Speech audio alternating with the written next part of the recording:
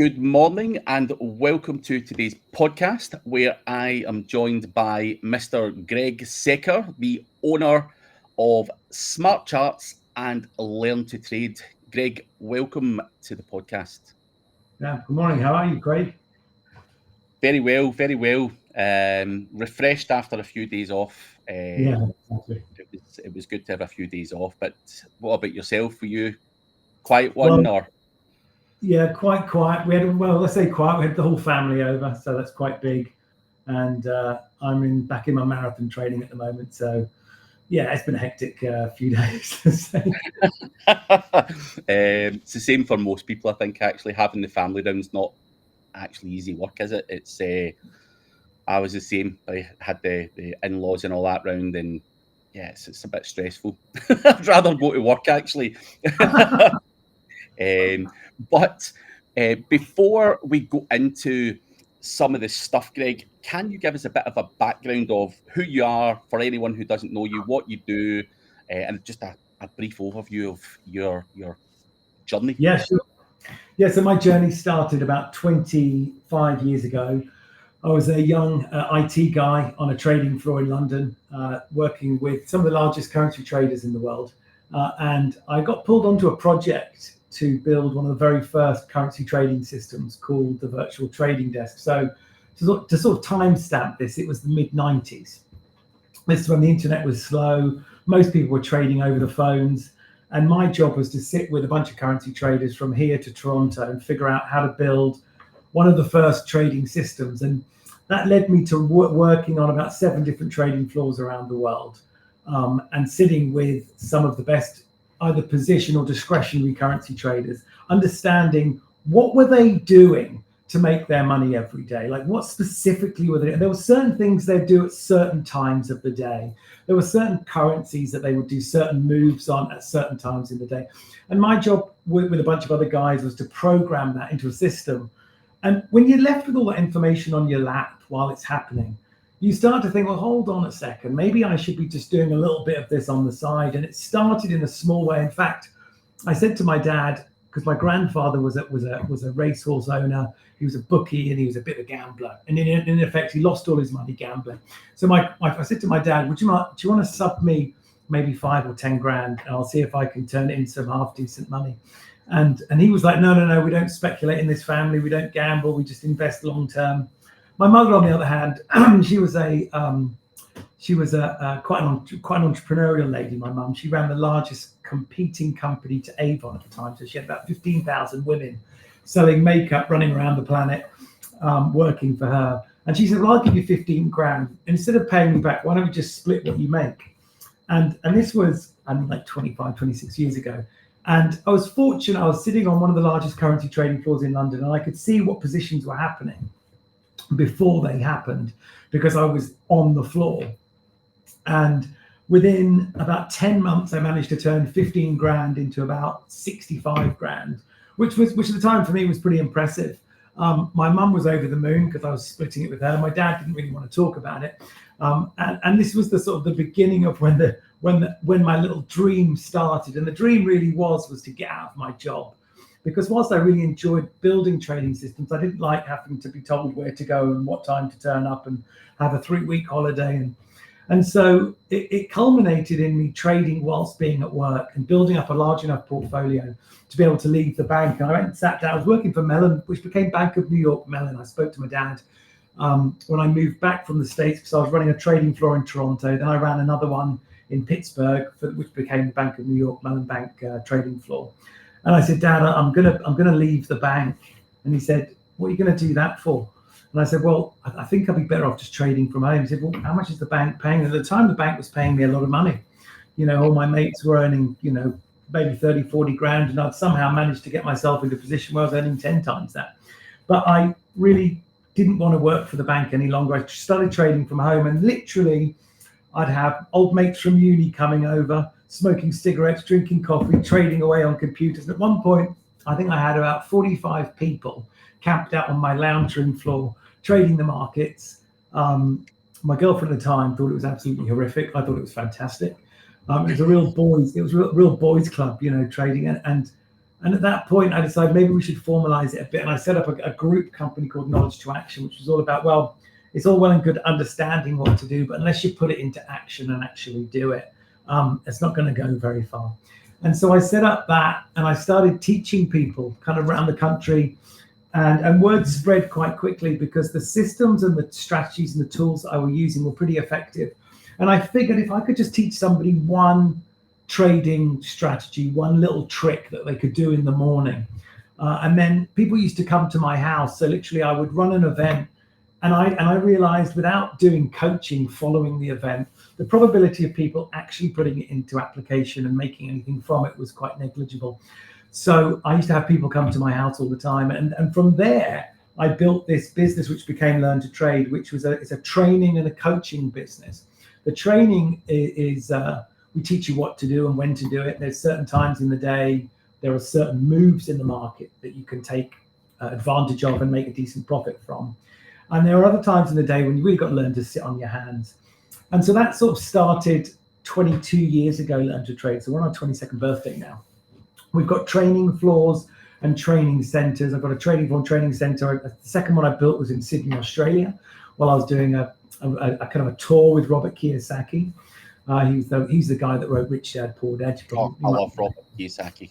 Absolutely. Yeah. Love him. Big I did a great tour with him. This was when the financial crisis was happening in 2008. If you remember, the big GFC happened. My son was just born, and there I am on this tour through Australia. And Australia wasn't as badly impacted as the rest of the world, certainly not as badly impacted as the US or the UK. And so people were still quite speculative and interested in learning about investing their money. In fact, if you're an Australian, you're sort of centrally incentivized by the government to take a more discretionary approach to your what is like their 401k or our ISA, their superannuation. So all these sort of 40, 50, 60-year-old Aussies have a little trading account. So there was a big rush to learn how to do this. And so we set up a trading floor in Sydney. That was my second one. And then we opened one in South Africa and then in the Philippines. So I had training floors and training centers all over. And the idea was, this was pre-COVID, of course. So we used to run these big workshops where people would come along, and then there would be a big trading floor next door. And you do your training with the trainer, which I would say the training is just the imparting of knowledge, just to get you to understand what to do. You may understand it, but you don't really know it until you sit one-on-one with a trader coach and you do it one-on-one together. And so that business has been, well, it's 22 years old this year. And of course, when COVID happened, we moved it all online. So we coach people online now. And about 10 years ago, I wasn't happy with the software platforms that were available. So I said, well, let's build our own. And we pulled a team of about 50 developers together, and we built Smart Charts, which I think is probably one of the top retail trading platforms available today. Wow. Sounds like an interesting journey. A couple of things I want to dive into, but the first thing I hear, and I've seen it on your on your website, is a statement from Jordan Belfort, the Wolf of Wall Street. Now, when you're telling me there's all these guys in your house, smoking cigarettes and drinking coffee, it reminds me of something like out of the Wolf of Wall Street. Is it like that on these trading platforms? Like, it's an amazing film. I'm a big fan of the Wolf of Wall Street. Absolutely love it. But is it like that? As crazy as that in real life?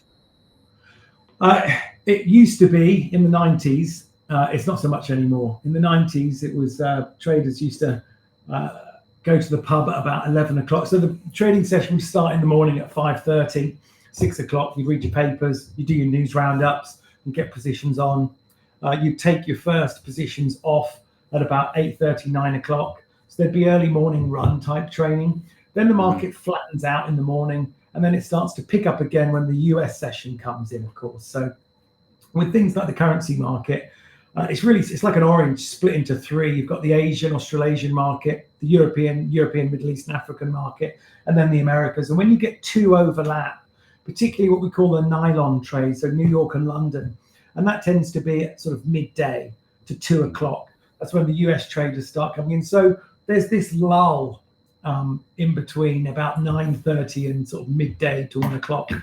And that's often when you'll see traders pop down the pub. And in those days, in the 90s, it would be like, 3 or 4 pints, during the morning, or certainly towards lunchtime, and they'd be closing positions down at 4 o'clock in the afternoon. But there'd be this period of time between about 3 o'clock to maybe 4 or 5 o'clock where traders would be quite hammered on trading floors, and that was quite.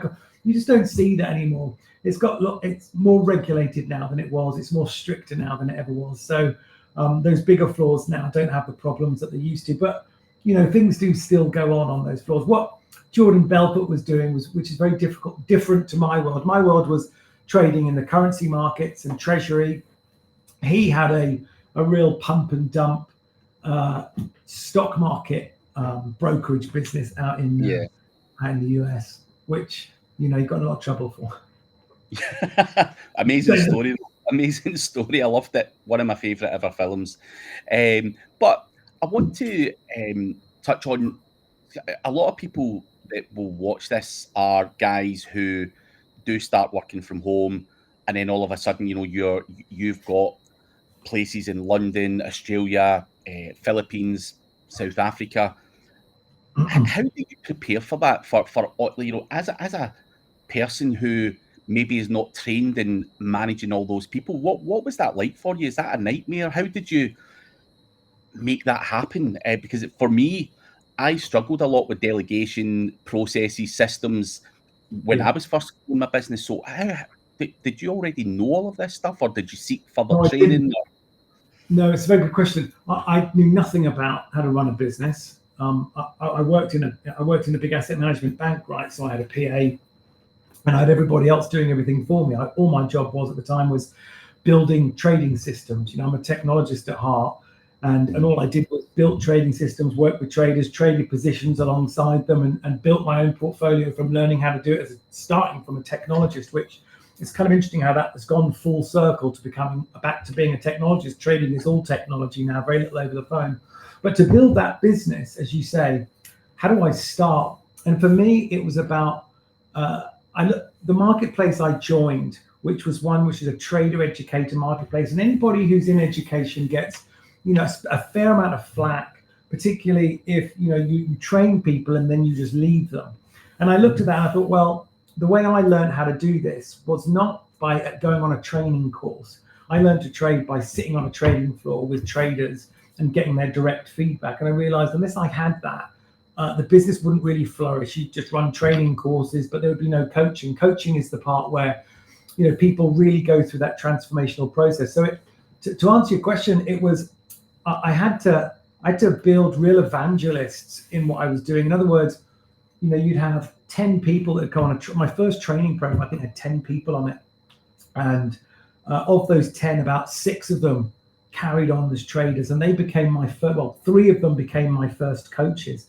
So we kind of disintermediated the marketplace in such that I had coaches that were full-time traders. Some of them were ex-City guys, and some of them were brand new traders that were just very proficient. But because they'd committed to being full-time traders, in the afternoon, they didn't have much to do because they traded the morning session. So I had this kind of ready team around me of people that were trading the same systems. But to run the actual business, I did everything to start with. So I was the guy that wrote the emails, ran the events, I did the whole thing. And I think unless you do that, you don't know the business. And so I started it small, and I kind of did a bit of an E-myth on it, which was, instead of thinking, well, who do I hire? I asked the question, what functions do I need fulfilling? And that's an important one. So instead of going, well, I probably need this, I thought, well, the functions I need someone to get the message out about this program. I need someone to help me with the client services, make sure people are looked after and make sure they're set up and ready to go, because I wanted our training programs to run with a bang. In other words, I wanted people to have all their software set up and ready to go. I wanted the presenter, which in this case was me, ready to go, so that when clients came on, I didn't want them all sitting there going, sorry, how do you install this software? Because it would be disruptive to a class. I wanted them set up, ready to go, whether they had their own funds in a trading account or whether they're trading a demo account. It didn't really make much of a difference. It was, was all that sort of noise out of the way. And so it was step one, it was client service, and then just trying to figure out what the functional elements needed to be fulfilled first. If anyone's watching this who's setting up their own business or is looking to maybe right-size their business as the landscape of entrepreneurship is changing quite rapidly, especially with AI and everything. That book, E-Myth, is a great book. I don't know if you ever read that, the Michael Gerber book, which is all about, it's a fantastic book. The book basically is about, it starts off with this story of a patisserie chef. And the patisserie chef's amazing. He's one of the best in the bakery. And he has this illusion that he's going to be a great entrepreneur. And so, of course, he sets up a bakery. But the problem he's got is that making fantastic cakes is very different to running a massive bakery and staff and everything else. It's a completely different mindset. And it's a completely different set of functions. One is, making strawberry cakes, and the other is managing staff to turn up on time and set an agenda. And so that E-Myth was my first entry into setting this business up, which was identify the functions. And if there's only 3 of you, guess what? You've got to split the functions between those 3 members of staff. You might not have the luxury to afford 40 members of staff right now. So if you've only got 4 or 5 of you, then okay, well, what functions need fulfilling? And then make sure that those jobs, those functional elements are split between 5 people. What often people go is, well, we'll get a marketing guy next month when we've got enough money. It's like, no, if you need a marketing guy, you need one day one. So make sure if you don't have one, someone's doing that, even if it's you. Yeah, that's one of the things, as you say, I fell into. I was doing everything, and I think most people fall into that trap. I was just curious if you also fell into that trap, being the jack of all trades within your own business, the sales guy, the invoice guy, the bloody admin guy, as well as the IT guy. It's never fun, but you got there in the end. Yeah. But how was it running businesses across different countries? Were you flying back and forth to Africa and the Philippines and all that as well? Yes, I was. Yeah, I was. 10 years ago, I was on an airplane every week. It was all live events. Yeah, I'd be speaking with someone like, I did all the Success Resources tours. So I did gigs with people like Tony Robbins and all those big motivational speakers with audiences of 15,000. I'd fly back to the UK, pick my son up from school, see him for a couple of nights, and then I'd fly back again to rejoin the tour in Brisbane or in Sydney or in Melbourne or in Perth. And then I'd fly over to Auckland, then I'd fly home. So it was, I was a bit younger than I am today. I turn 50 next year, but this was in my 30s, and it was easier to do when you're in your 30s, perhaps. So that's why I do all the marathon running now, to try and regain a bit of youth. Yeah, cling on to it while you can. But I do a bit of traveling myself, speaking at conferences and stuff, and it takes its toll on my body. Something chronic, I'm a week to recover and stuff. And I was in the Philippines not that long ago, actually, and it probably took me about a week to recover from that. That was a long trip, so it's not always.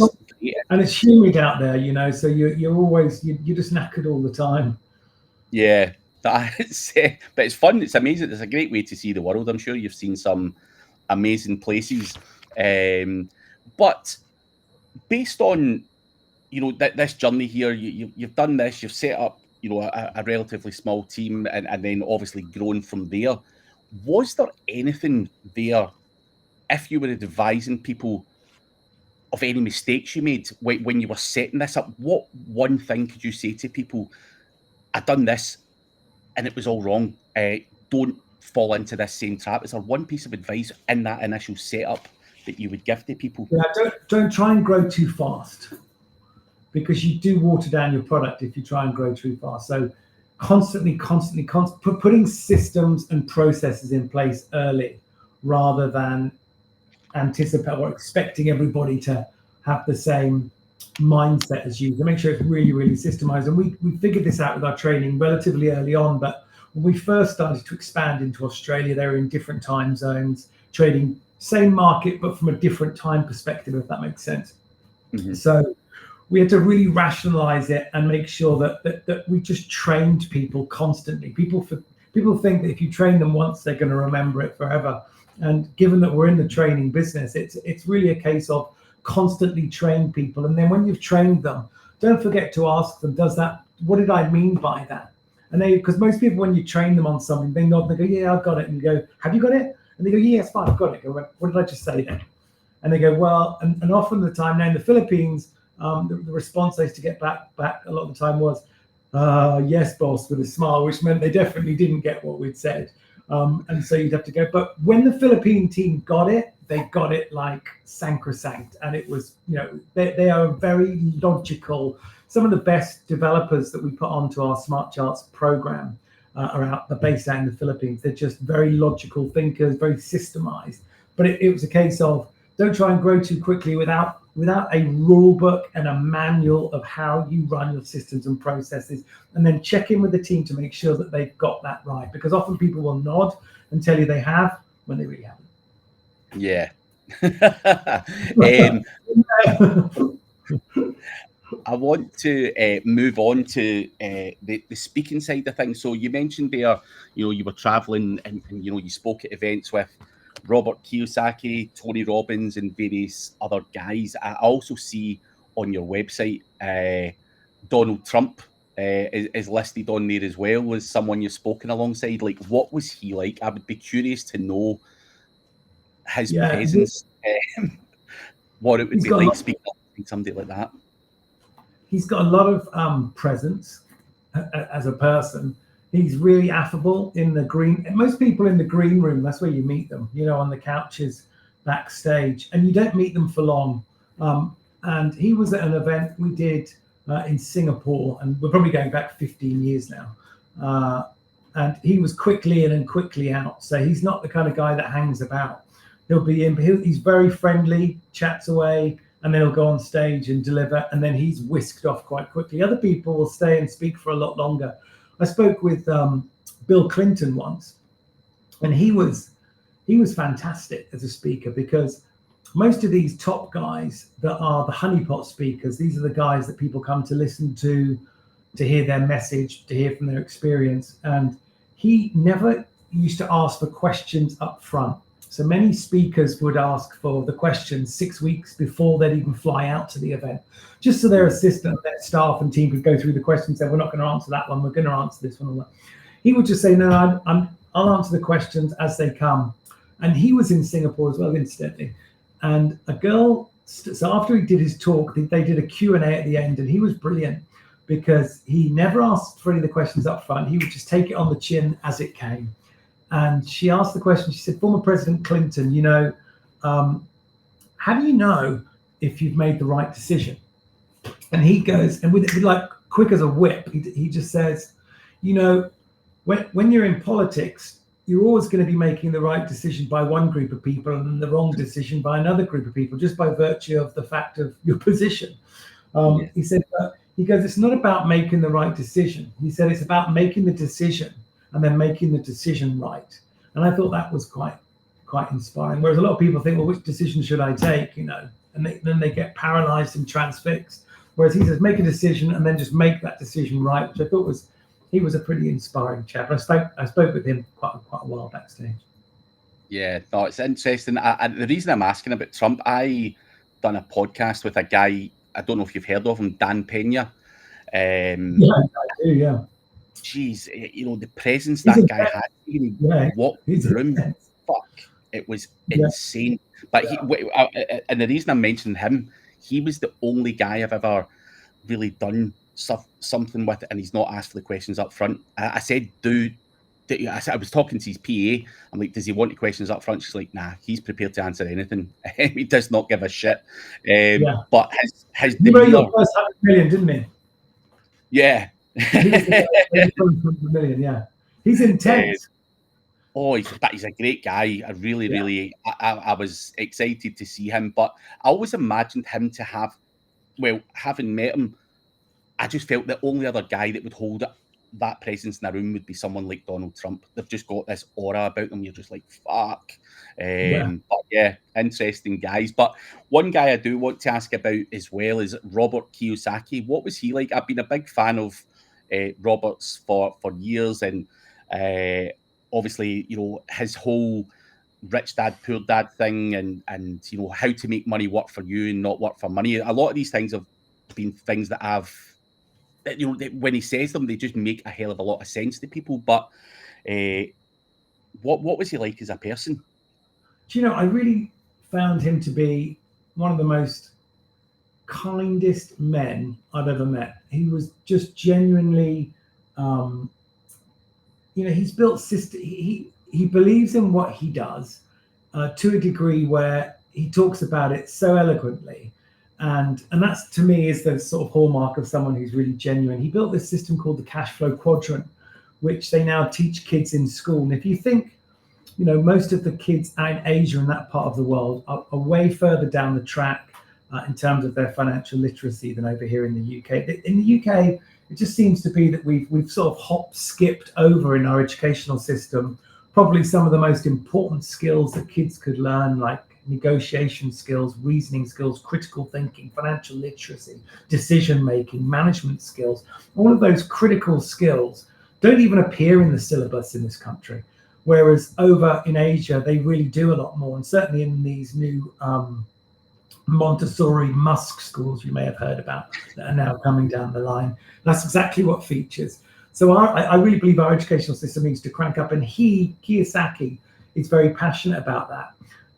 And it was at the time I set up a foundation 12 years ago, and we used to run a program called the Youth Leadership Summit, where we would invite speakers like Robert and many other speakers of that caliber to a week-long residential camp called the Youth Leadership Summit. And all we focused on were skills like entrepreneurship, decision-making skills, rapport building skills, all of the skills that are, those critical non-essentials, if you want, that are the magic skills to running a business, setting yourself up, financial literacy, all of those skills that we would then run over a course of a week. It would be a week-long immersion. We'd hire out a school in the UK over the summer holidays. We'd take about 150 kids, and it was completely free to attend. All we asked the kids to do was, it was a residential camp, and we took different kids from different stratas. So you'd have some kids that went to public schools and private schools, and the whole range of the educational spectrum. And it was interesting, at the beginning of the week, they'd sort of go off in their different groups. But by the end of the week, they'd all be quite well united, and it was a fascinating thing. It was a fascinating project to do for over 10 years. And Kiyosaki's very much like that. He's very kid-focused and ensuring that not just adults have got the tools, because it's all well and good getting to your 50s and 60s and learning these tools, but better off before you're a teenager, right? Yeah, exactly. Trying to do it now, or trying to learn new things when I'm 44. It's not as easy. But going on to, obviously you doing your speaking, you've clearly spoken at many events with high caliber people. How the hell do you get there? I get asked this question all the time. How did you go from being this guy doing his thing in his bedroom or in the house to sharing the stage with, presidents and former presidents and everything else? Like, is that something that took years to achieve, or did you get a stroke of luck, or did you bribe someone? Because someone's going to say, how the hell did I get on stage with guys of that stature? Because that must have been amazing for your own personal growth, you know? Well, I'll tell you an interesting story. So there was a guy called T. Harv Eker from the United States that was being promoted. He was the guy that wrote Secrets of the Millionaire Mind. And I read the book, and I was a bit of a fan of it because it was a book. It's the book that no one writes that everyone needs to read, which is the Secrets to Wealth Psychology, and how to put your mindset into a different place of abundance rather than scarcity, which most of us are trained into scarcity, aren't we? And scarcity works well if you want to control the mass populace into going and doing a job 9 to 5 and being a widget in an engine. Then scarcity and fear is a great ruler. And Harv Eker wrote a book called Secrets of the Millionaire Mind, and it was a book all about how to take control of your mind and how to think differently. My marketing girl, one of my marketing team at the time, said, I'm speaking to the team from Success Resources. They're bringing T. Harv Eker to the UK in a few weeks' time. They'd like to meet with you. The reason they wanted to meet with me was because they hadn't sold enough tickets for this event. And we at the time were about 10 years old, maybe 8 years old. And I was huge. When I commit to do something, I go in full tilt. So I started off teaching people to trade from my home. And then, of course, I built this army of trader coaches around me. And then I said, well, why wouldn't we scale that bigger and bigger and bigger? And so we were the largest trader training company in Europe within about 8 years. We had trading floors and training centers. We were really cracking on. And so I was quite well known in that industry, but I hadn't done any big stages yet. So anyway, cut to the chase. The owner of Success Resources comes to my office, him and his wife, they're a Singaporean couple, really lovely people. And they came to my office and said, Greg, would you help us promote T. Harv Eker? I said, well, how many seats are you trying to fill? We're trying to fill the Excel Centre in London, which, that's no small venue. You can sit 20,000 people in that full till, but you buy it in sections. So he wanted 4,500 seats. And I said, yeah, I could probably help you if I market, T. Harv Eker, I think would be a great complement to my graduates because they're all, trading psychology. I had never written a course on trading psychology. Mine was all about the tactics of trading and how to place trades and keep your risk low and use automated system. But I thought this would be a great accompaniment. This would work well for my clients and they'd like it. So I said, look, I'll promote it to my list. I'll even put my team onto calling my clients and getting them to buy a ticket and come and see. And they gave free tickets away as well. He said, we'd be really appreciative. And he said to me, if you're prepared to do that, he said, we'll just do the regular, seminar 50-50 split. And I said, well, I don't really want the money. You guys keep the money. I said, let's just keep the relationship. And I don't know whether it's a Chinese culture thing. Later I discovered it was, but it was just intuition in my head. My instincts were, let him keep the money. He's coming over here to run a big event. The events cost a lot more money to promote and run than people realize. I'm pretty sure he'll do me a favor when the timing's right. Well, funnily enough, so this gig goes on. We must put like 1,800 people in the bloody Excel Centre for him, right? So he's more than happy. He's over the moon. Phones me, oh, great, thank you so much. And all that. I'm like, my team. So I said to my team, and he said, if you want to invite your whole team to the event, come. So my whole team went and watched the event with T. Harv Eker rabbiting on stage. And it was great. And loads of people bought these programs. And my team were like, you sure you didn't want to be business partners on this gig? I mean, this guy's just sold millions of pounds worth of programs. I'm like, I'm sure he's done. They went, no. There's thousands of people that want to go and do this Secret to the Millionaire Mind program. I said, yeah, no, I believe if you do good out there, something good comes back. And it genuinely was that. Well, 3 weeks later, I get a phone call from Singapore saying, hi, Greg, thanks very much for helping us with T. Harv Eker. He's speaking again on stage out in Singapore with Robert Kiyosaki. This is where I met Robert. Would you like to come and join them? And I said, yeah, that'd be great. And so that was my first time speaking on a stage of over 1,000 people. I mean, this was an 8,000 person stage in Kuala Lumpur. This is when they were burning effigies of Tony Blair outside the auditorium. It was quite a time. But that started, and then because my event, so in those days if it was a live day and it was live markets, I could pull up a live screen and trade live in front of an audience, which was much more exciting than just telling my story. My story was fascinating for people, given I was just a technologist who followed some training plans and followed a couple of big traders and then made my money and then bought my way out of the bank and then traded from home. And that's an interesting story. But then to pull up a screen and start trading live and say, so this particular strategy, and by the way, the time was perfect because I knew the strategy was setting up. I said, so let's see if we can do it. And of course, I'd do it on stage on this huge screen. There'd be thousands of people in there.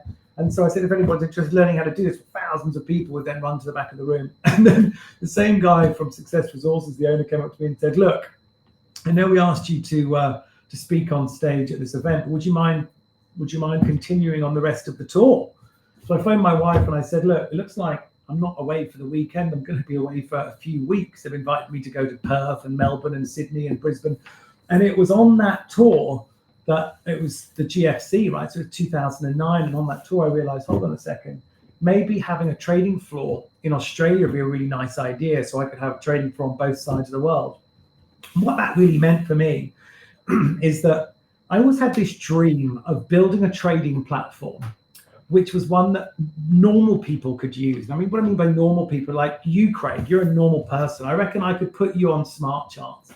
And I reckon in 5 or 10 minutes flat, you could be up to speed on one trading strategy and be able to do it quite quick. Now, that's a bit of a bold claim, because trading's tricky, and it's tricky for two reasons. One, you have to get over this technical hurdle of learning what to do and when to do it and all of that.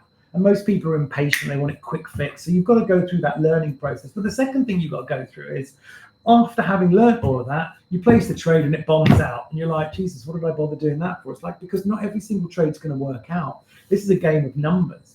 But then you start to get a little bit better at perfecting it and understanding, that trading strategy doesn't work in this context. What do I mean by context? Like, if a trading strategy says I buy here and I sell here, well, you need to have a trending market for that to work. If you've got a choppy market doing that, that strategy is not going to work. No matter how well you implement it, you're implementing the wrong boat in the wrong weather conditions. If you've got a little 16-foot dinghy with a sailing mast on it, you don't stick that in a force 10 or force 15 gale wind. You just don't do it. So it's about learning what strategy, what money-making trick, if you will, setup system works in what weather condition, in what environment. And so I had this idea in my head back in those days that if I had a group of traders out in Sydney, Australia, they would have been trading overnight whilst we were asleep. And if I could then build a trading platform whereby you could have a morning broadcast in the platform, literally from the trading floor, where the traders are saying, hi guys, look, before we get going today, these are the strategies you want to stay away from. Market's not ready for that, but these are the ones you want to be looking at. And if the video or the broadcast could be no more than 5 minutes in length, try to do it in a minute. You can't do it in a minute. A minute's too short, but 5 minutes is about right. And so that became the idea behind Smart Charts, which is what I own today, which is it's a trading platform which has the education, the streaming news of what is happening, broadcast from our trading floor in Australia overnight, and our European trading floor in the morning. So if you're a trader on that, you fire up this platform, you get in and you just watch 5 minutes and you go, well, okay, now I understand what to look for. And then, of course, today we use AI, like everybody uses AI, but we use proper AI that does market research on all of the fundamentals surrounding a trading idea. So what it does is it kind of weather tests whether you should put your boat in, and then it finds you ideas. So the idea is you get in there, you've got a good understanding of what to do, you've got trade calls picked out using clever tech, and you can get up and running quicker. And that speed to get up and running quicker gives you a better chance of making it in the long run. Yeah, that sounds interesting. Yeah. Out of curiosity, now, bear in mind, I have never traded in my life. And what is the kind of starting point? So if someone says, I love what Greg's saying here, I want to give this a bash, like what is your minimum? Can you go in there with $100, or is there a $5,000 minimum? What's the kind of minimum entry? So that's a really good question. A lot of people answer that question. And the answer to it is look, if you can trade with somebody else's money to start with, great. So if you can trade with, so what's been really popular in the trading industry, and we've done it, which is giving people access to virtual trading accounts, right? Whereby, and a virtual minimum account size, you'd want to be at least $5,000 or pounds. So we set up this idea for 2025. So it's launching in like tomorrow. Actually, we set up this idea, which I kind of masterminded throughout November and December. And it's called the FastTrack Trader. And you probably put a link to it, hopefully, off this interview if people are interested, because I think this is quite a cool idea. So the idea is that you pay 87 quid and we train you for the day on one trading strategy, just one. Because look, how many successful trading strategies do you need to make money? Well, one, right? One good one.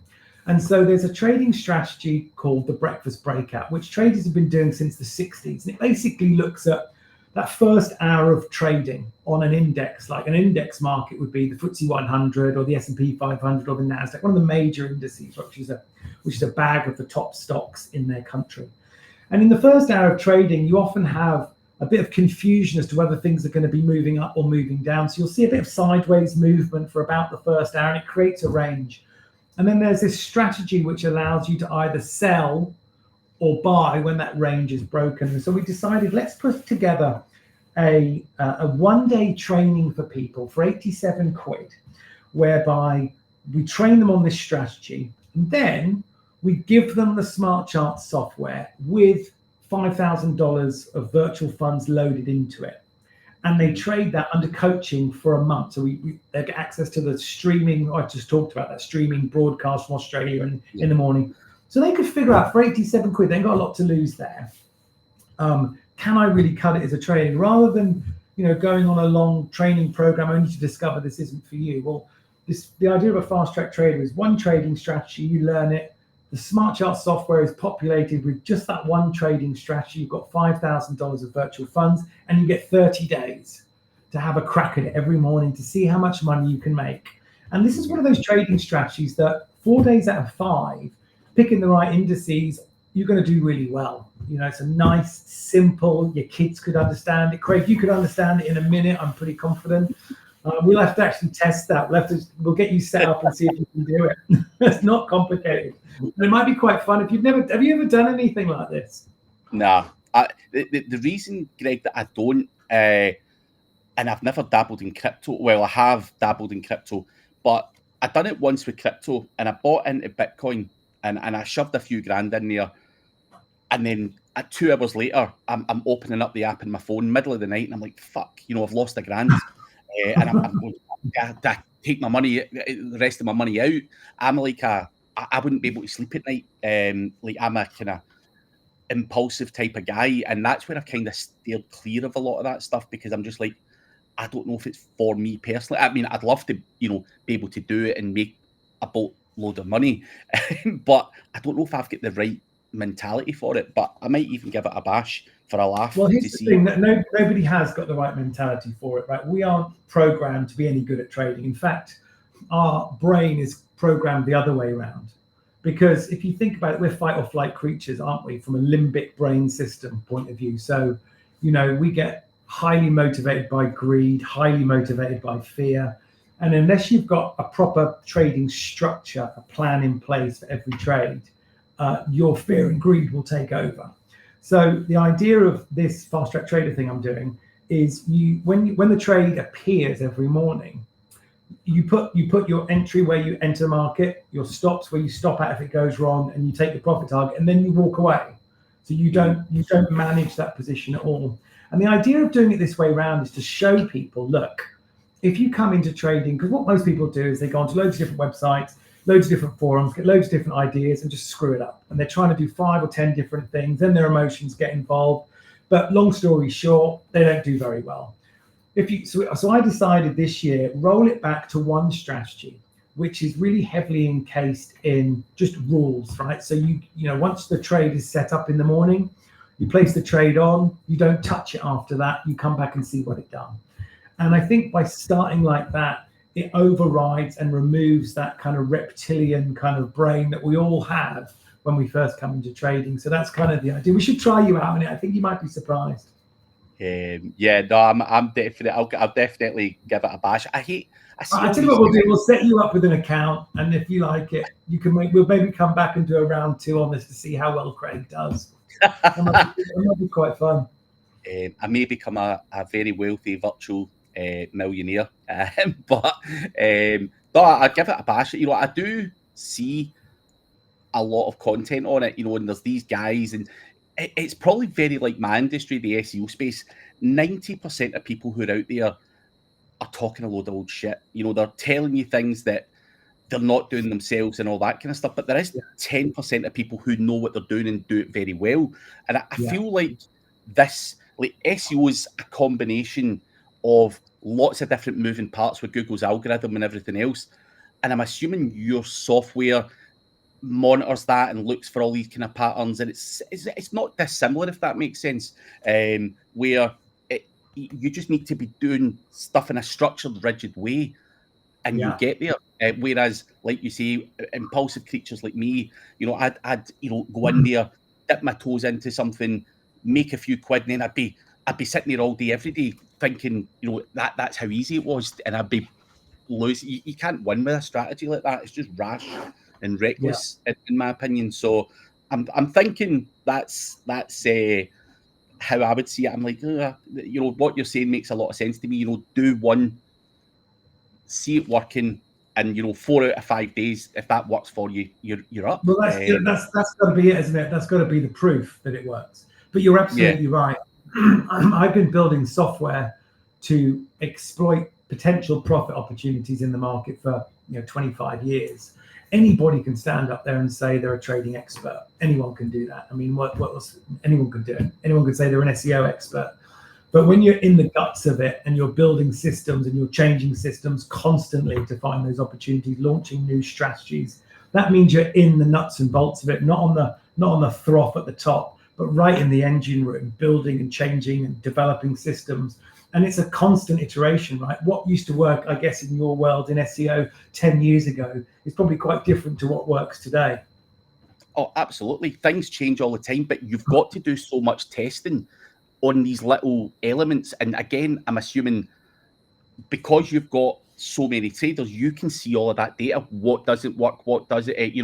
And that's the kind of A/B testing, if you like. What that I would do is an SEO going, we'll do this, and if it doesn't work, we don't do it anymore. We try something else and try something else and try something else. And I'm assuming you. That's all we do is test it. And we have strategies which work really well, and then suddenly they'll fall off the edge of a cliff. And you'll be like, why is that fall off the edge of the cliff? And you go, oh, here's why.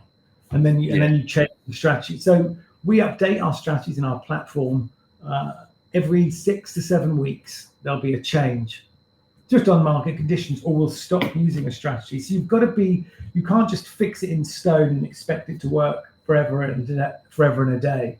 You've got to. You either love it and you're in it. I mean, I've been doing this for 25 years now, and I don't see that stopping because it's become a part of something. I found it fascinating as a young man that you could look at a chart, use some clever software to find an opportunity and make money without having to dig a hole or sell something, which I thought was clever. It's very smart if you can get the right software. I think, and obviously if that's something you've developed over a long period of time, that's certainly people are probably not aware of. That's where the real gold is, the data and the expertise and all the testing and everything else that's there. But very interesting. I'll definitely give it a bash. But guys, if you are watching, there's a link below to the FastTrackTrader.com. So you'll be able to jump over and check that out. There's a video on there, or multiple videos on there as well. So if you are interested, use the link below to check that out. But before we do wrap up, Greg, anything else that I haven't asked you? I could sit here and talk to you for about 5 hours, to be honest. You're an easy guy to talk to, and I've not even, believe it or not, I've got a lot more questions I could have asked. But is there anything we haven't touched on that people should know about yourself or what you do? Well, for us, it's we're kind of training, coaching, and then a give back company. So it's like there's 3 steps to us. So I set this foundation up 12 years ago, 10, 12 years ago now. What is it? 11 years ago. And something I'm launching next year that we do every year is we do what we call a trading for good event, effectively. So after we train people how to do it and they get going, we do a day where we all trade together for 12 or 24 hours. We call them trade-a-thons. And the idea is it's a big online group trading together, picking opportunities together, and then everyone keeps their individual profits. But the broker that then supports that trading activity, we get them to donate the commissions that they would normally take for the trading activity to the foundation, and we'll go and do something. So a few years ago, we built in the Philippines in 2013, Typhoon Haiyan ripped through the Philippines on November the 8th, coincidentally it's my son's birthday. And my housekeeper is Filipino, and her 2 brothers had about 7 children. One had 7 children, one had 8 children. Of course, they were destitute. Their houses were blown over. We went over and rebuilt them their 2 big homes. And then we decided that we would build a village in that area. So we built a 100-home village in the Philippines, and it has everything in it from a bakery to a Talipapa, which is an indoor market. It's a proper sustainable moringa farm. If you can imagine, all of that's going on. And we launched that in 2018. We want to expand that village further. We built a school next to it, which looks after 400 plus children now. And so these training events that we do, so the idea is it's kind of learn, earn, return, if that makes sense. Yeah. And it's the return bit that we probably haven't talked about very much. So I'll probably finish on that, which is, anybody who wants to attend the Fast Track Trader from listening to this, they're very much welcome to do that for 87 quid. You're going to get a full day of training. You're going to get some software for a month and $5,000 to play with. And by the way, any profits you make on that $5,000, we actually pay out in real cash as an incentive for following through. So some people can come out of that and make a lot more than the 87 quid just for the fun and experience of learning it. It's kind of cool. And then those that go on with us and want to become, maybe full-time or part-time traders, we ask them once every sort of 6 months to come and participate in a trade-a-thon. And the money that we generate from that, the ticket sales that we generate from that and the commissions, then go to either build one of like a new classroom in our school. And so we have that as a directional focus. And I think it's a really nice triangle that you learn something, you start earning some money, and then some people get to benefit from the activity. And that's that for me is the full circle of the activity. And I think that's really cool. So any of your listeners like to participate in that, would love to have them, because for me, it's something that, after making a few quid, just keeping it and buying fancy things without distributing it and giving it back, I think is a real missed opportunity. And they say the secret to living is giving. And particularly at this time of year, post-Christmas and going into the new year, having some of those goals of, learning something new, making some more money, and then participating in some activities and giving a little bit back, is a great way to live. Yeah, no, I think it's a great thing. And like you say, there's a lot of young people out there who are maybe not as fortunate or whatever. So it's always good to give back and help where you can. So I'm a big fan of that. But what I will do is I'll definitely try it out. And even if we can visit it, and we can have a laugh at how good or bad I done. Yes, out of sheer interest, I think it would make for an interesting video to see whether I bombed or whether, we'll do that definitely. But you're on. It's been a pleasure to have you. If anyone listening, you've got the FastTrackTrader.com link below, but is there anywhere else people can find you, Greg, if they want to reach out or find out more about you? Is there anything else? So my website, so the best website is learntotradegroup.com or gregsecker.com. Cool. Those links are below, guys. So if you do want to check out those websites, please do. And if you've got any questions, please refer them to Greg and his team and not me. But it's been a pleasure, Greg. Thank you very much for your time. Thank you. Cheers, Greg. Cheers.